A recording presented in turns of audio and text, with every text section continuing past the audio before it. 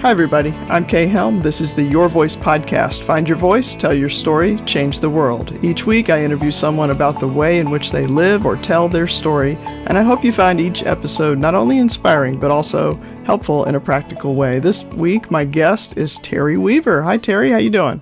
Good. Kay, how are you? Thanks for having me on the show. Yeah, doing wonderful. Terry, you're a speaker, an author, and an ideapreneur. What is an ideapreneur? Well, there's the phrase entrepreneur. That's a real word. Yeah. I tend to like made up words because most of us in life don't tend to fall in line with someone else's definition of ourselves. And so, I'm passionate about ideas. I'm passionate about ideas becoming real. Business for me is just the engine or the mode of transportation to get ideas out to the world. Mm-hmm. I'm one of those people that when I hear, all the wealth-driven podcasts or the wealth-driven entrepreneurs about, taking your business 10 times this, and I just don't get up in the morning and get really passionate about leaving a legacy of a big inheritance. I want to leave a legacy in people. Mm-hmm. And so I'm way more motivated by influence and impact than I am by financial success. Although I'm not naive to know that it takes money. True. My bank doesn't take passion checks every month. Right. They take, they want a transfer of cash money. So that's the only way I get to stay in the house that I live in. So, I understand that there's a balance that you have to have, but I also know that we have to find out what motivates us. Right. You're talking about find your voice. I think even before you ask yourself what your voice is, but like what lights you up? Yeah. What gets you out of bed? Because, the older I get in life, the harder it is to get out of bed. Not just physically, right? Not just because I'm in my 40s and things start to hurt. Like last night I slept on my arm and it's like my arm's numb. Why is that? What did I do to my arm last night during the night? But really just, what are those things that are going to make you spend your time and your effort?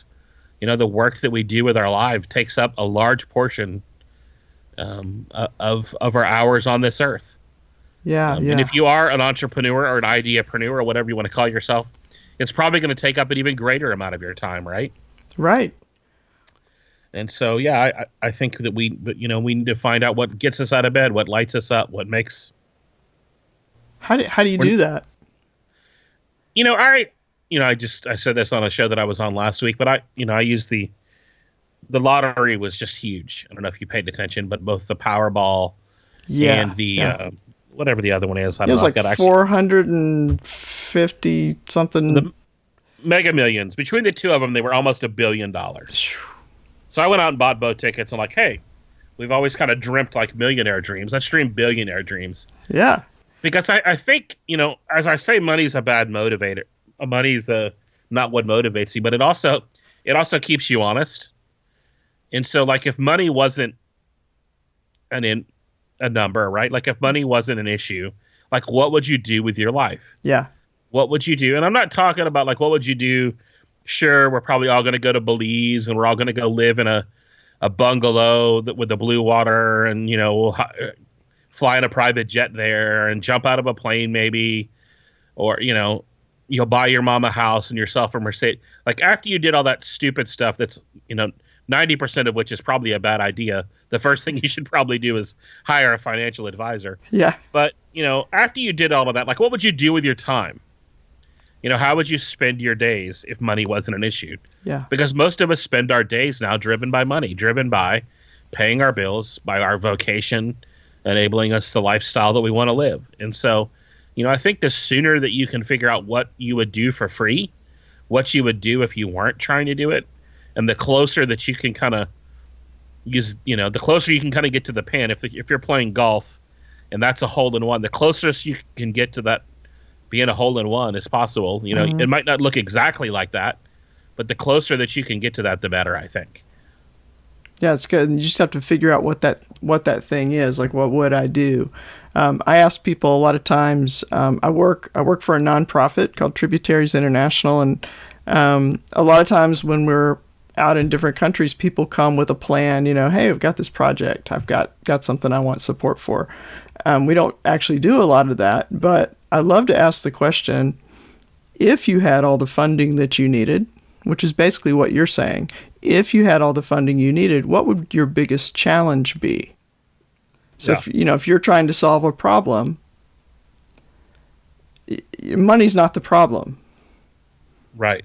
Money's a tool to help you solve the problem. So you need to be able to answer that question to find out then what problem am I actually trying to solve, and what's the real solution, not just throwing money at it. So you take money out of the equation, and it creates this space to kind of be more the true passion, the true dream.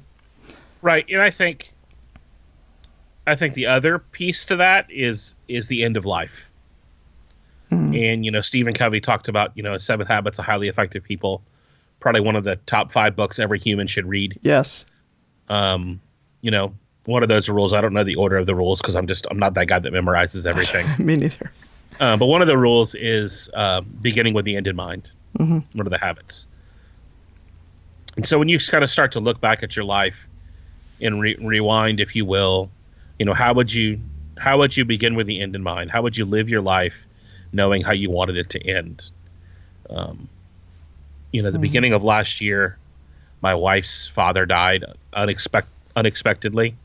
Got up one day, had coffee. He had some heart issues and had been in the hospital, but by no means were we preparing to lose him.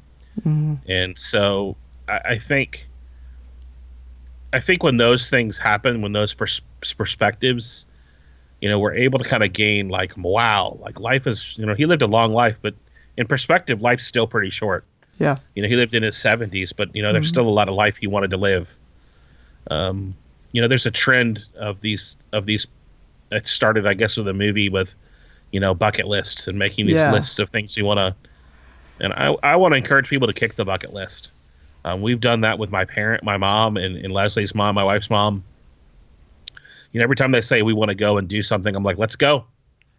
You guys aren't getting younger. We're like, we want to go to Italy. I'm like, well, they have airplanes, we can get there. Yeah. We want to go to Hawaii. Let's go to Hawaii this year. And so we've done that the last 2 years, just kind of in light of what happened on New Year's Day, 2017 or 2016. And it kind of, just changed our trajectory. It really gave us a perspective of, man, we are living, as Gary Vaynerchuk says, life is the only sport that you have one at bat at. Yeah. And that's good. Knowing that you've got one at bat, you've got one time to get up there and live this life. How do you want your life to end? What do you want people to be? What do you want to be known for? What do you want people to remember you for? What do you want to accomplish while you're here? What do you want to have said at your funeral about you? Mm-hmm. And I've gotten to one of my best friends is a hospice chaplain. Mm-hmm. So hearing life through his perspective. Yeah. No one ever regrets that they didn't work harder. Yeah, it's different things. It's not, and none of it's vocational. Yeah. And so, I think it's important just to think about those things and to think about what, if you're going to find your voice, what gets you, what really matters to you. Like, I guess that's really what the end of life question is, what really, really matters? What's really most important to you? What do you really value? Mm-hmm. Who do you really value? Simon Sinek reminded us that it starts with why. Right. And as soon as we know why we're doing it for and who we're doing it for, mm-hmm. it really gives us a rudder in which to sail our ship by and not just be aimlessly batted around by the waves. Yeah. And I got that understanding accidentally sailing on a cruise ship during a hurricane. Oh. We were in the Bahamas for our 10th anniversary. We're about to have our 20th anniversary. Congratulations! For our 10th anniversary, we went on a cruise, and we knew there were 2 hurricanes, in kind of coming towards the Florida area where the ships all kind of sail, mm-hmm. and they turned to miss one, and unintentionally the other one kind of hit us. And I think a lot of us live our lives just kind of flailing around in the ocean of life, really with no direction, really with no destination. really with no purpose or no, you get into this idea of finding your story, and telling your story. We don't even know what our story is, right? Like, we don't even know what our, and I think we live in a culture right now where there's a lot of muddy water. Yeah, I would agree. It's hard for folks to really find a fit. There's just so many options. Yeah, and I think, for me, my faith is sort of what a lot of my decisions get filtered through. Mm-hmm. And there's Oprah Winfrey did a huge, well-received, one of the best communicators on the planet, no argument. But she used the phrase "your truth." That telling your truth is the most important thing you can do. I've really struggled with that this week, with that one thing that she said during her Golden Globe speech. My friends were like, "Oh man, she's talking about the Me Too movement. She's talking about women finding their voice." And in that context, she probably was. But she's used that phrase a lot kind of throughout the course of her career. And the thing with truth is not subjective. Right. And when you start to believe, there's a difference between your truth and then your perspective and your story. Those are all different things. Yes. And when we start to confuse what truth is, because truth doesn't change. Truth is absolute. Whether you're a person of faith or not, you have to have something that you believe that defines what is and what isn't. Mm-hmm. Because if not, you're definitely back to that same place of that ship that's kind of meandering around the Bahamas, not knowing where it's going. And so, I think it's super important that we know what are those things that are the truth. And sure, our story is going to be found in our perspective. It's going to be found in our story. I believe it's very personal. I'm excited. I grew up with a single mom. I'm excited to see women rising up and saying, it's our time. We will not be marginalized. We will not have our voices silenced. And man, I'm stoked for that. I had a mom who was an entrepreneur. She was a small business owner. I learned a lot about my success from watching just how hard and how much sacrifice it took for her to succeed. And, I think I hope we hear what Oprah said, because Oprah fired up a bunch of women, but I hope we get fired up to tell our story, not necessarily to invent our own truth. Yeah, I think it is important to have different perspectives too. And that's one of the things that I hope, happens with this, is that people do find their voice and do feel like they're equipped to tell their story from their perspective, whatever that is. But yeah, truth is like gravity. If you begin to live as though it doesn't exist and that it's not absolute and it doesn't, there aren't certain things that just simply are the way they are, and you act like gravity doesn't exist, you're going to fall and hit your head sooner or later. You're going to have consequences to that sooner or later. So it's one thing. I know that you have a passion to help other people to see their dreams become a reality.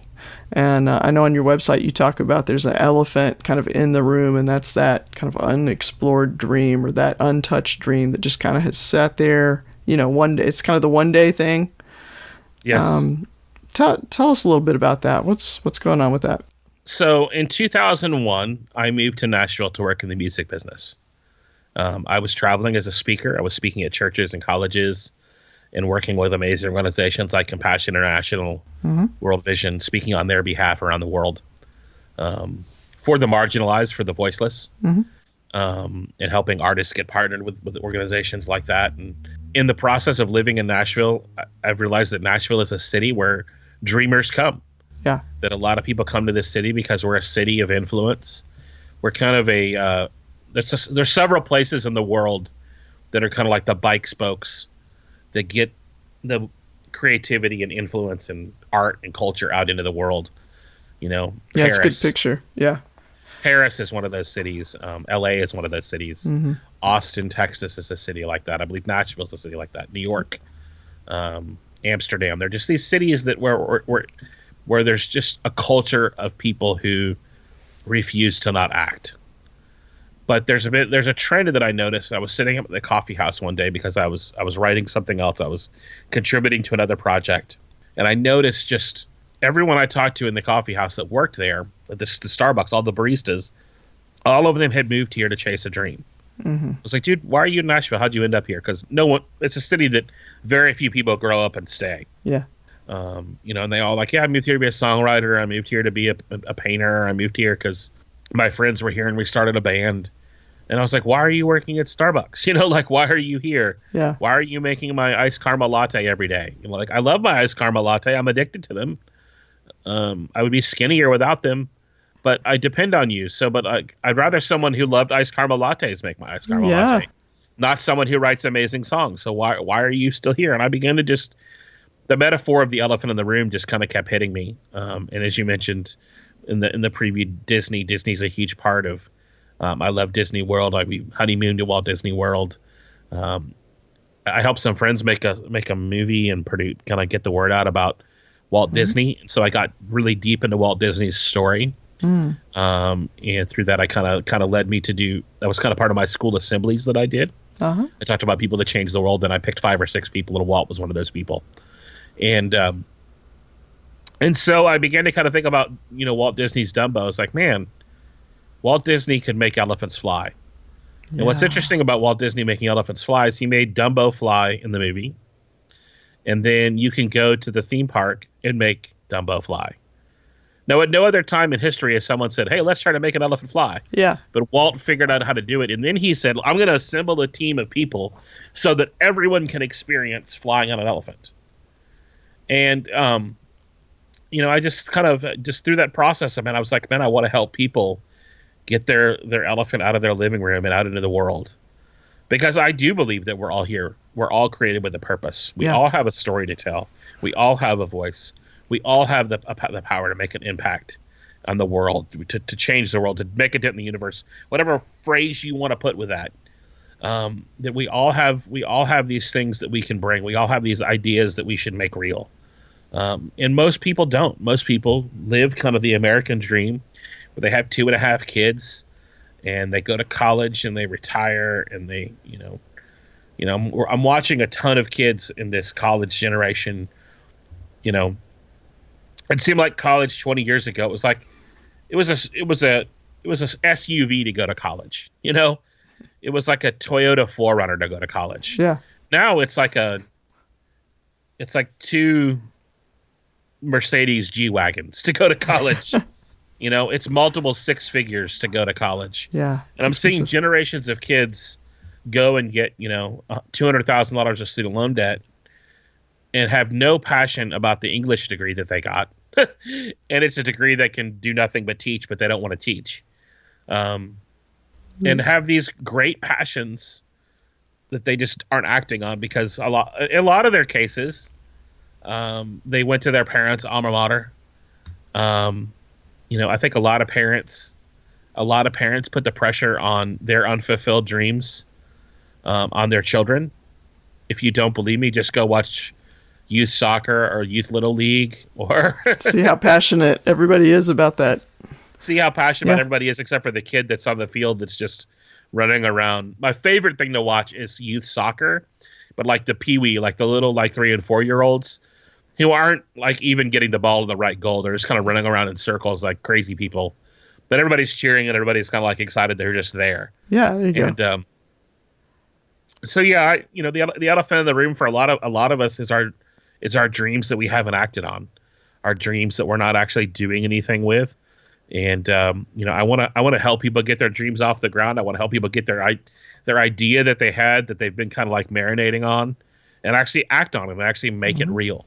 Well, what's the difference? What is the difference between that dream that just kind of sits there and the dream that does get fulfilled? What has to happen? A plan and execute on that plan. How do you do that? I think you have to get angry. Angry? I think you have to get upset at the status quo. I think you have to get, for me, that's And I'm not talking about like mad at everybody. I'm just trying to like, man, I'm not happy with my current circumstances. I don't like my job. I think there's a lot of people who are doing work they don't love. Um, and I'm not to say that everybody needs to be an entrepreneur and quit their job, because a lot of people can fulfill this through a side hustle. Mm-hmm. But for a lot of people, it means they need to make a vocation change. Life's too short to just trudge through life being miserable. It just is. I mean, we get one shot at this. I mean, we may die in our 20s, we may die in our 30s, we may die in our 90s, but regardless of how long that span is, we just get to do this once. Yeah. And so, you start to look at your life and know that it's short, know that the days matter, and the thing that you're passionate about matters, whatever that is. I meet people all the time with dreams and goals that I'm like, man, that's crazy. But then I see them actually do it and go, wow, go do it. Yeah. That was crazy. And it's actually making an impact and making people better. I've really gotten to know this through doing mentoring and coaching and through mastermind groups. And I have people in my mastermind groups that are as vast from people who have turned cosplay, which is going to like Comic-Cons, dressing up as their favorite characters, turn that into a monetizable business, to people who are making candles, to people who are making art, to people who are writing kids' books, people who are taking all of these, people who are painting shoes, just people who are doing all of these vast things, people who are starting a business to give other people a voice, just all of these different things that people have that they want to do. So like they're playing by anyone's rule book but their own, right? Like they're just creating, they have this idea, they have this goal, they have this passion, and they're executing on it, and they're doing it. I think the worst thing that the biggest regret that anybody would ever have at the end of their life, the one question I don't ever want to have to ask is what if? What if I had blank? What if I had done this? And I don't want to end my life with that being my story. I want to act on all the things that I wanted to do. I want to at least try, right? I want to at least take a swing at it. Yeah. I might not succeed at it. I might fail. And failure, I think, is one of the most powerful teaching tools on the planet, because when we fail at things, we learn how not to do it. We learn the kind of people that we need to surround ourselves with. And I think the biggest difference, you kind of ask how do you make that happen? Yeah. I think it really happens when you start surrounding yourself with the right people. Oprah, back to Oprah, she said the biggest change that she ever made in her life was when she surrounded herself with more why not people and less why people. More That's people good. who just said, why not? Why not? Why would you not do that? And a lot of us have people who are like, why would you want to do that? You'll never do that. You're not good enough to do that. And I don't think I think talent's overrated. We're in like, we just had the National Football Championship for college sports. And we're in the NFL finals, playoffs, all that stuff. Sure, there's the guy that's on the field that's the most talented. But in the national championship game, you saw this kid that had not played an entire game the entire year, kid from Hawaii, played a half of football. It was brilliant. And I believe I've been someone that's written off the word mindset a lot. Because maybe for me, it's just a little too touchy-feely. I like the word grit a lot better. Yeah. I think it's a word it's a word I relate to. But grit and mindset and those things are such a big deal when it comes to actually accomplishing those things. I think of my grandfather, who was an entrepreneur, and he was a stubborn son of a gun. But that's what made him successful, right? That's what made him not going to give up. Yeah, I mean, he fought in D-Day. He basically faked his recovery from the Purple Heart he got in D-Day to fight again at the Battle of the Bulge. Wow. He retired from the military, and then he retired from teaching public school, and then he retired from being an entrepreneur running his own business. He retired 3 times in his lifetime from 3 different careers. And I kind of think about this generation, the millennials. I'm just like, man, I I don't know that they've got that grit, that mindset. They have access to it. I don't know that they're using it. I don't know that they're actually taking advantage of what happens when you really just dig deep and decide that you can't be beaten, and that the thing that you're passionate about, the task at hand, the thing that you're called to do, is worth you not being able to be stopped. Do you think sometimes we feel like if it's the thing we were meant to do, or if I was maybe more talented or more creative or more, whatever, fill in the blank, that somehow we think, well, I'm hitting too many obstacles. I guess I wasn't really all that, or I don't have what it takes, and that people get discouraged a little too easy? I think we should be a little more thankful for our obstacles, because they make us better. They shape us. They teach us how to, that's why everybody wrote that quarterback off in the championship game, because he hadn't been tested. But clearly at some point in time, he's a 19-year-old kid that's probably been playing football since he was 4, so yeah. 15 years of that, he eventually figured it out, right? He had a mindset, he had an ability. Well, I imagine he showed up to practice. He did his reps. He's thrown the ball before. He's done he's done all the movements. He's got them. You practice for a reason. Right. And then when it's time to perform, you just hope that the practice takes hold, Yeah, Andy Andrews, who is one of my favorite authors, was on my podcast, the Making Elephants Fly podcast. And he is actually someone who's an author, speaker, but he's also recently really begun to dive in with these football players. Mm-hmm. Their coaches will bring him in and he'll kind of teach them and talk to them about, mindset and about how to think like a champion and how to, and I think football is a good analogy for life, because a lot of times we're going to find ourselves up against the odds, up against an opponent that seems impossible to beat. Mm-hmm. I'm in one of my mastermind groups. There's a lady who's an author, super talented. We actually use her name as a verb because she gets so much done in such a short period of time. But she's hit some obstacles of health issues in her family, and she was been in the ER with her husband this week, and it's just cut yourself a break a little bit. Don't put so much pressure on your success. Obstacles are gonna come. Write it down, schedule it. They're coming. Yeah. Resistance is going to come. Stephen Pressfield talks about the resistance, right? He talks about that mental resistance of you telling yourself that you can't do it. Mm-hmm. That's one kind of resistance. You have a lot of control over that resistance. Right. The resistance that we don't have control over is the outside resistance. The resistance of I lost a lot of momentum with just having to put my family first in my business.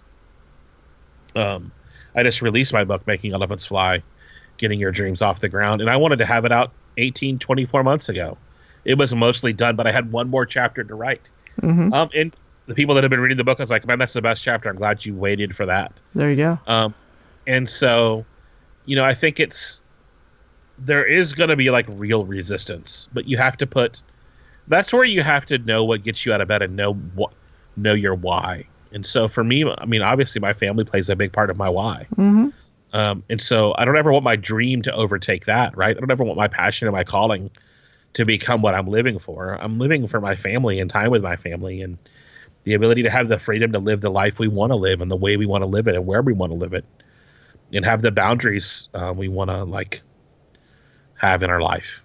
Yeah, so you let that dream serve that passion. Right. They don't have to oppose each other. They work together. But you gotta. There'll be times of give and take. Yes, they're definitely. There's a word that I know you and I are both familiar with. That's hustle. Yeah. I struggle with that word because a lot of people talk about the hustle, because I don't think we were designed to live a life that way. I believe hustle is a season. Hustle is meant to be, I've been really in book launch mode. Mm-hmm. I can't even count how many podcasts I've been on in the past few months. and I'll continue to do that for a while because it's a season, right? Normally I wouldn't, like we're doing this on a Saturday afternoon. Normally I would say no, but this was the only day that our schedules would line up. So I was like, I'll do it. It's a priority. Like this book is a priority. Getting the book in people's hands because I do believe it'll help change people's perspective in their life. And so, if I believe we change the world when we start to change our perspective about life as multiplication versus life as addition. Yeah. And so, like, when I can help someone else, I'm a multiplier because someone else is able to take what I'm teaching them and what I've learned and live it, and they're hopefully able to do the same thing with other people. And like that's my measure of success, is when I can help other people and I can help them change other people's lives as well. It's like when you talked earlier about Walt Disney making an elephant fly, right? And then the next question was, how can we get people to just come in and have the experience of making the elephant fly? So it's bringing other people along. And now you've got this book, which the title is Making Elephants Fly, right? Right. So there's that bringing other people along element to it that seems to be part of the really fulfilling side to this. Yeah, I mean, and if you're just, there's a quote I use in the book from Deion Sanders, who said, if your dream's not bigger than you are, there's a problem with your dream. Yeah, that's good. And, our dreams are able to get us up and we're able to wake up from our dreams and actually make them real when we can start to really get behind our dream and realizing that it's going to help other people. I use those football players, and Deion Sanders, obviously a football player. When what's interesting about those guys, as soon as success happens, the first thing they all do is take care of their family.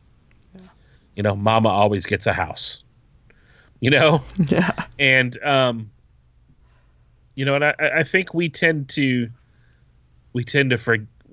get so caught up in the trying to play by the rules that someone else has set for our life that we forget what really matters. We forget the things that are the most important to us. And so, the sooner we get to define what success is, that's been a huge game changer for me, is stop looking at my peers and my people I look up to and my friends. And I live in Nashville. There's a lot of amazing people, a lot of amazing authors and speakers here. Yeah. And when I start comparing my life to theirs, I lose pretty quickly because I'm not comparing my life to their whole life. Now, I know some of them really well, and so I know their whole story. And then it's like, oh, yeah, we're rolling fine, Yeah. But when I just compare my life to their highlight reel, I'm missing out because I'm only seeing – I have no idea what's going on behind the scenes. Yeah. That those are real people with real lives, and so – and real problems and real frustrations and real shortcomings and real marriages that struggle. And, people always, I get to travel a good bit. It's this week I'm going to Orlando to work on an event. We do an event called The Thing, which is an event for entrepreneurs and people who want to change the world to get equipped. And so we're going to make some announcements and open up registration this week. Great. So, people look at my life and go, hey, it's cold where you live. You're going to go to Florida for a few days. And sure, that's great, right? But it also means that I had to take the flight that I could get for free with my miles, right? Which was the 5 a.m. flight. And that flight's probably going to, that flight's probably going to be delayed. And, sure, there are definitely rewards that come with like going to Florida in the middle of winter, right? But there's also a lot of sacrifice that comes with travel. Yeah, true. That most people look at people who speak on the road a lot like I do, and travel is hard. I'm John A. Cuff, who and we're always talking about, like, if either one of us is stuck at an airport, it's like everybody wants to do this until they're in the Holiday Inn Express in Baltimore because they missed their flight. Everybody wants to do this until, like, it's like an important day that you need to be there for your wife, or you have a family thing, and it's like, I can't be there because I'm stuck somewhere because the planes aren't going. Right, because there's lightning and the ground crew can't come out, or there's ice on the wings and we canceled. Yeah, it's so many things, and you just have to be Yeah, you do. You have to roll with those kind of things, and that is part of the price that you pay. Yeah, and that's one of the chapters is, I kind of used some circus analogy where there's a chapter in there called Tickets to the Circus. Mm-hmm. Where I just talk about, the high level of sacrifice. One of the people that have read the book that's in my mastermind group, he's like, yeah, you kind of encourage us and then you beat us up and then you build us back up again because you give us the truth, right? Like you remind us of, and that chapter is basically reminding of how hard it is and telling stories of people that I know that have paid a really high sacrifice to chase their dreams. And so, I'm not here trying to be like a motivational speaker, a prosperity preacher telling you how easy your life's going to be when you chase your dream. I'm telling you, man, it's going to be ridiculously hard and the sacrifices are going to be real. But if that thing that you're chasing, if that goal or that idea or that dream, whatever you want to call it, is of great importance and really matters to you and really is going to matter to the world, you're going to be willing to make those sacrifices. Mm-hmm. I think that's why it's important. That's why I say, do your bucket list things. Go jump out of an airplane. Go see Belize, right? But, I'm talking about the things that you really want your life to be about and the things that you want to be said about your life. Like he made his dreams come true. He impacted people with the work that he did. Whatever those things are for you. Now, you've mentioned the mastermind groups a few times. For listeners that might not be familiar with mastermind groups, can you tell us what that is and what it does for you and how you do one? So my mastermind groups are kind of hybrid mastermind coaching groups. Okay. So they're, I'm in all the groups that I lead, obviously, because they're my groups. Yeah. And there's a group of 8, 10, 9, 7, 4, 14, people that are in a group that meet. In my case, we meet online. We meet through Google Hangouts. Mm-hmm. We meet twice a month. If you wanted to start one in your area, you can meet at Starbucks. It's really an ancient idea. I think it originated with Napoleon Hill in Think and Grow Rich. Okay. It's really just the idea of what happens when people come together who are all chasing something, who are all trying to do something that's a little outside of the box. Mm-hmm. There's a biblical principle that says iron sharpens iron. Yeah. That we make each other better. And so if we whether you believe in scripture or not, that principle is true, right? That we do make each other better, that other people, that if you're trying to do something, the saddest thing for me, you asked what are the difference makers. I think I said it earlier, that the people you surround yourself with, right? The people who are around you make a huge difference. And so when you do hit, for me, the people that are in my mastermind groups, they get a Facebook group where they kind of, rather than an annoying text thread, we kind of have a place where we all kind of talk about our struggles and our wins. And so, we're posting our questions about how we can help each other, or, hey, we're putting a new logo out there. Let's get your advice. Mm-hmm. And so we just talk about what's happening in our life and what's going on with our business and how we're experiencing wins and how we're experiencing failure, right? How we're struggling with something, or we don't know how to launch this book, And it's people that get what you're trying to, they get it. So when you say, I'm struggling with launching this book, a lot of your everyday friends that maybe have never launched a book, so they go, oh, well, it just misses the mark. There's no response there that's going to help you through that, because it's a strange thing. But if you have a group that is kind of striving towards similar things, it's a different element, kind of a different thing at play there. Yeah, I kind of call it the Aunt Betsy principle. If you've ever watched American Idol, there was always someone who Aunt Betsy told them they were a good singer. Yeah. And Aunt Betsy lied, sweetheart. And these are people who are able to know what you're going to, and they're able to tell you the uncomfortable truths. Mm-hmm. Some of that happens outside of the group through one-on-one text and emails, but hey man, I heard your story. And I hear all the time, that's for me, the win is the longer they've been together, the more they kind of take care of their own problems. I just kind of get to watch and cheer them on. Yeah. And I kind of, I'm able to be a few steps ahead of them in some places, and then a lot of times we're walking similar paths. I think everyone should have a coach and a mentor, and everyone should be in a mastermind group. Everyone should have someone speaking into their life, and have a group of people that aren't your Aunt Betsy, you're able to go to really make sure and to keep you accountable, right? Like, there's a guy in our group that has a job that he absolutely hates, and it's gotten to the point for him that it's getting uncomfortable, right? Because people are one of my groups is just driving him nuts. Like, dude, you got to do something about it, right? Like, and it's good, right? It's good to have people who are able to like help you push you towards those goals, because without those voices, you end up just settling for the life that you don't want. You end up settling for, a job that you hate, or not accomplishing the big goals that you wanted to accomplish. And so, I've created a lot of courses online, and helped other companies and other businesses do that. And I'm in the middle of creating a new one right now, but man, the masterminds have just been a whole nother level of life change. Because it's just, you're able to see people through the long journey. A lot of our relationships that we're in are short term. We meet people at a conference or an event or an online discussion group, but man, these are long term. Some of these people have been in groups for 18 or 24 months together, and they're just doing life, right? Like living life, going through these things. And, they're able to, even as we're doing this interview, I'm getting notifications of like, they're asking each other questions and getting feedback from one another. And that's a win, right? Like, yeah, it is.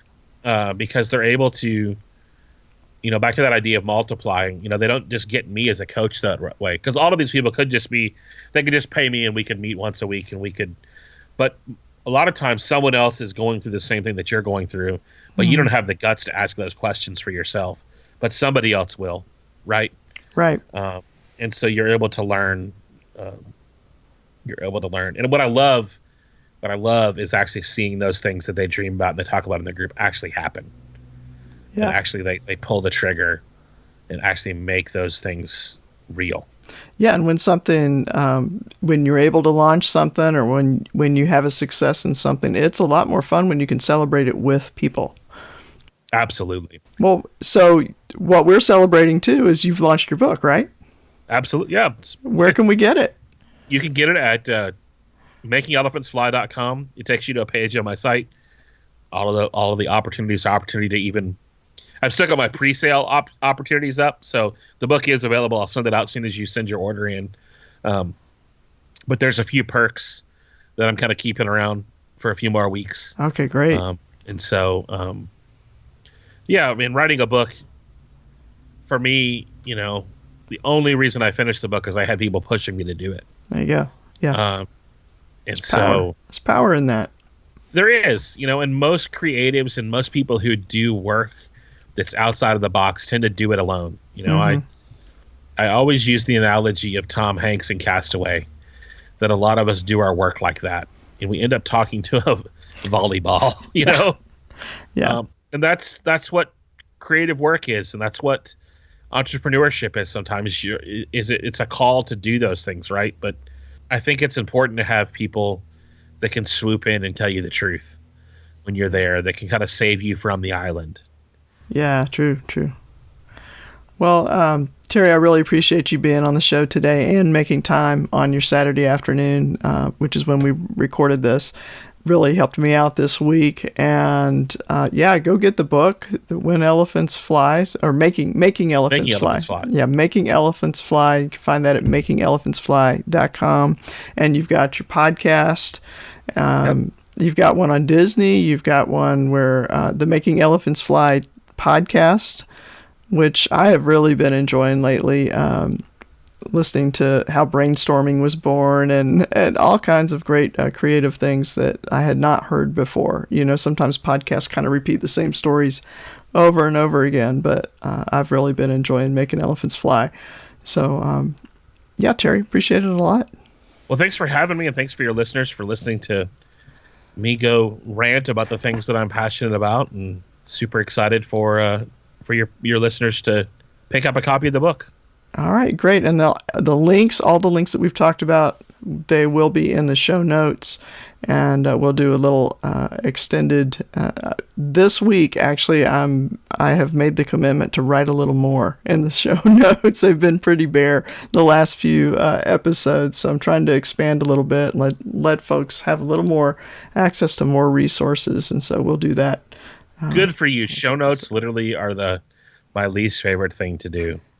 That's so like if you're one of her listeners and you want to partner with her and help her write some show notes, send her an email right now. Yes, do as he says. Yeah, that's great because it does. It takes a team, and you want response too. So yeah, if you're listening today and you're enjoying the show or not enjoying the show, or you say, gee, I really wish you'd have talked about XYZ, who knows? We can maybe do this again sometime if we missed too much this time around. I know, Terry, you've got a lot to say about a lot of different things. So yeah, that's been the most fun on my show that I've kind of transitioned into. When I have a guest coming on, say, hey, so-and-so's coming on. Do you have any questions? Mm-hmm. And sometimes that takes the entire show. It's yeah. like, I had Seth Godin on my show. He's one of my heroes. And so it's like, you guys can ask a few questions, but I'm going to ask my questions because I called him up and convinced him to be on my show, right? And so that's right. But it's been a lot of fun to get listeners to get their chance to be a part of the story. And so yeah, if you've got questions and you're listening to the show today, and ask away, and we'll do this again sometime. Yeah. All right. I promise we will do that. Thanks again, Terry. Thank you. Have a great day. And this has been the Your Voice podcast. Find your voice, tell your story, change the world. Thanks for listening. Make sure you check the show notes at yourvoicepodcast.com. And if you enjoyed the show, please share it with your friends and on your social networks. That'll help spread the word, and we'll really appreciate that. And that's how we gain support to keep the program rolling. Until next time, I'm Kay Helm, and this is the Your Voice Podcast.